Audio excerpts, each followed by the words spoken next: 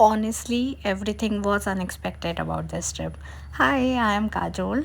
So, today I'll share my journey and you will be surprised or shocked to know हम पहुंच चुके थे उज्जैन के स्टेशन पे क्योंकि हम जा रहे थे वृंदावन। और वृंदावन जा रहे थे तो हम 4 लोग थे, जिसमें से 3 लोगों की 1 मंथ पहले से ही टिकट्स बुक थे। बट एंड टाइम पे उन लोगों की, मेरी दीदी, जीजू और मेरे भाई की 2 3 4 वेटिंग लिस्ट पे आके रुक गई। और मेरी ही टिकट एक दिन पहले तत्काल में बुक हुई थी और कंफर्म थी। तो अब इस जर्नी में सिर्फ मेरी टिकट कंफर्म थी, बाकी किसी की कोई टिकट कंफर्म नहीं थी। फिर भी हम भगवान का नाम लेके चढ़ गए ट्रेन में। और जीजू और मेरा भाई दूसरी ट्रेन से आ रहे थे।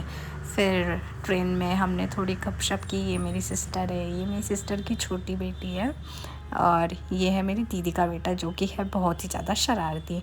फिर हम पहुंच चुके थे मथुरा के स्टेशन पे सुबह 4 बजे।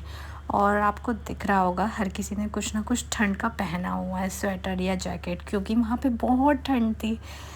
बारिश हुई थी उसी दिन और उसके एक दिन पहले। तो ये भी बहुत ही अनएक्सपेक्टेड सा था कि बारिश हुई है और बहुत ठंडी ठंडी हवाएं चल रही थी। बट बहुत अच्छा भी लग रहा था, मतलब सर्दी की हवा तो अच्छी ही लगती है। फिर जीजू ने ऑलरेडी आश्रम बुक किया हुआ था, तो हम वहाँ से आश्रम के लिए निकल पड़े। तो हमको करीब 100 रुपये पर हेड पड़ा ये वाला। फिर हम जहाँ से प्रेमानंद जी निकलते हैं उस मार्ग पे निकले। बहुत लोग जाग रहे थे, लगे हुए थे उनके दर्शन करने के लिए। ये था परिक्रमा मार्ग, यहाँ से हम गए। फिर हम जिस टाइम पे पहुँचे थे ना, वो टाइम ऐसा था कि 12 से 4 के बीच में सभी मंदिर बंद रहते हैं लगभग।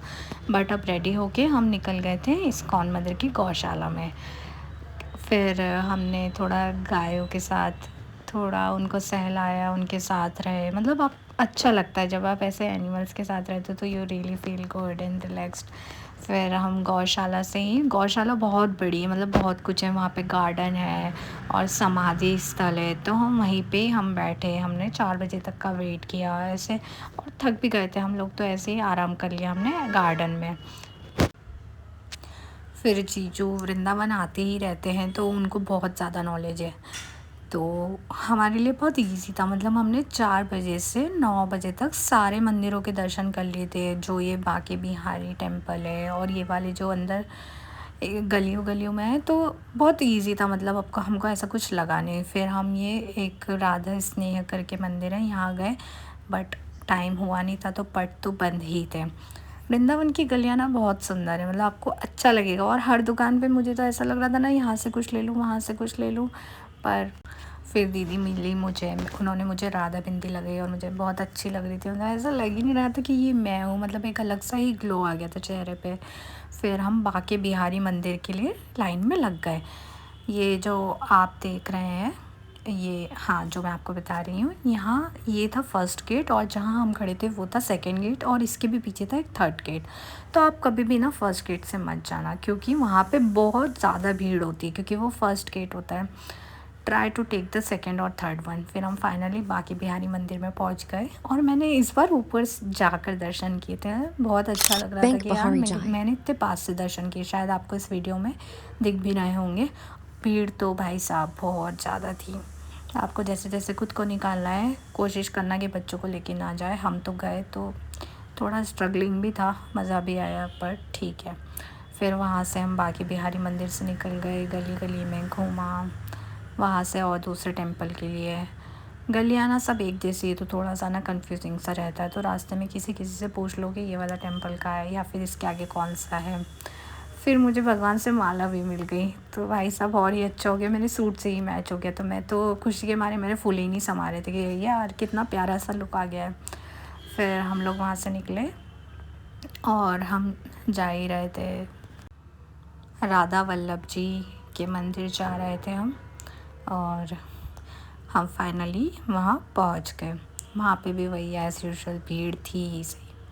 आपको ना ऐसी भीड़ से जगह बनानी ही पड़ती है। और मैं तो सारे मंदिरों में, भाई साहब मैं तो सब मंदिरों में आगे चली गई, कोई कहाँ भी हो मैं तो सबसे आगे जाके भगवान के दर्शन करके आती थी पूरी तरह से, जब तक मुझे सुकून ना मिले। फिर वहाँ से हम निकले, फिर ये श्री राधा हित वल्लभ जी के मंदिर चले गए।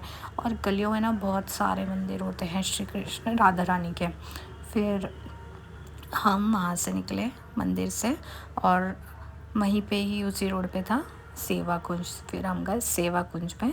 सेवा कुंज ना आपको थोड़ा थोड़ा निधिवन जैसा लगेगा, कवर्ड भी पूरा वैसा है, जंगल भी वैसे हैं, और जो पेड़ है वो भी ऐसे गोपियों की तरह लगते हैं। और यहाँ पे ये जो मंदिर है अंदर, ये बहुत ही प्रसिद्ध है, बहुत जाना माना है। क्यों? क्योंकि यहाँ पे रात को रासलीला होती है।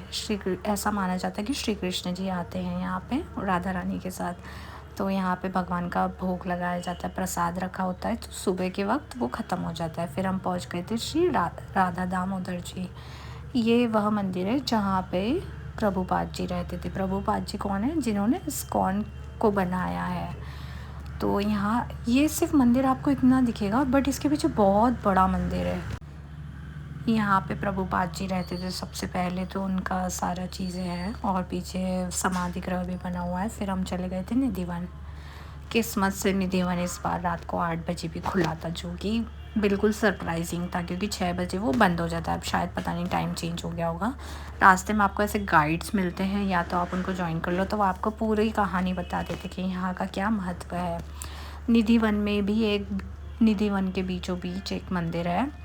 वहाँ पे आज भी श्री कृष्ण जी आते हैं। वहाँ भगवान का प्रसाद भोग सब चढ़ाया जाता है। जब सुबह 11 बजे की समथिंग गेट खोलते हैं, तो वहाँ पे सबको दिखाया जाता है कि भगवान ने ये प्रसाद खाया हुआ है। लड्डू आधा टूटा हुआ है, पान आधा टूटा हुआ है। फिर हम यहाँ से निकल गए थे राधा रमन जी के मंदिर। और ये मंदिर था जहाँ पे हद से ज़्यादा भीड़ थी। मतलब हम वहाँ पहुँच गए थे करीब 40 मिनट पहले, जब पट खुलने वाले थे। तो हम बाहर बैठ गए। वहाँ पे हम बस वेट कर रहे थे कि भगवान का पट खुले। तब तक हमने थोड़ा बहुत शॉपिंग वॉपिंग के लिए देख लिया। वहाँ पे ना आपको सारी शॉप्स पे ऐसा लगेगा ना कुछ ना कुछ ले ही लो। ये थी एक्चुअल भीड़, मतलब लिटरली हद से ज़्यादा भीड़ थी। सब एक दूसरे को ऐसे धक्का दे रहे। फिर फाइनली हमारे दर्शन हुए। फिर हम अंदर गए, और फिर मैं तो चली गई सबसे आगे, क्योंकि मेरे पास तो कोई ना बच्चे का सीन था ना कुछ था, मैं खुद फ्री। फिर मेरी दीदी की बेटी के लिए हमने बहुत ही सुंदर सी कॉपी ड्रेस ली। तो ये लुई मार्केट से आप जब जाओगे दोबारा रिटर्न में, तो आपको बहुत अच्छा कलेक्शन मिलेगा और बहुत अच्छी ड्रेसेस मिलेगी। फिर रात को लौटते में हमने खाना खाया इस्कॉन मंदिर के आगे ही, ये वंशी वाला था, बहुत अच्छा खाना था, यू मस्ट ट्राई। फिर हम निकल पड़े थे अपने रूम की तरफ। मिलते हैं अगले वीडियो में। Till then.